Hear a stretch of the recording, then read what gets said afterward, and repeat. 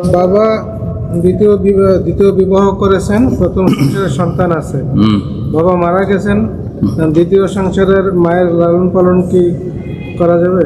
দ্বিতীয় মায়ের যতদিন না বাবা বেঁচে ছিলেন ততদিন যদি বাবা, মশলাটা খুব সূক্ষ্ম কিন্তু শুনে রাখেন, ফিকহি মাসলা। বাবা যতদিন বেঁচে ছিলেন কার উপর ফরজ ছিল? ভরণ পোষণ বাবার ওপর। বাবা যদি আর্থিক দিক থেকে অপারগ হয়, বাবা বেঁচে আছে আর স্ত্রী খরচ চালাতে পারছে না, আপনার সেটা মা নয়, সৎ মা, আমাদের দেশীয় মা, কিন্তু আসলে এটা মা নয়, শরীর তার সাথে আপনার কোনো সম্পর্ক নেই। তো বাপ শুধু বিয়ে করেছে বলে আপনার মাহরাম আর কি।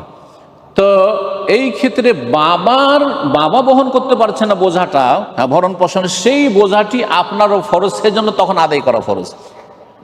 তখন কিন্তু জাকাত দিলে জায়েজ হবে না, কারণ জাকাত দিলে বাপকে ইনডাইরেক্ট আপনি বাপকে জাকাত দেওয়া হলো, মাসলা সূক্ষ্ম। কিন্তু বাপ মারা যাওয়ার পরে সৎ মায়ের দায়িত্ব সৎ ছেলের ওপর থাকে না, কোনো দায়িত্ব নেই। তখন আপনি যদি মনে করেন যে আমি বাপের ওপরে এহসান বা মায়ের এই সৎ মা যেহেতু এহসান করব, তাহলে ভালো কাজ।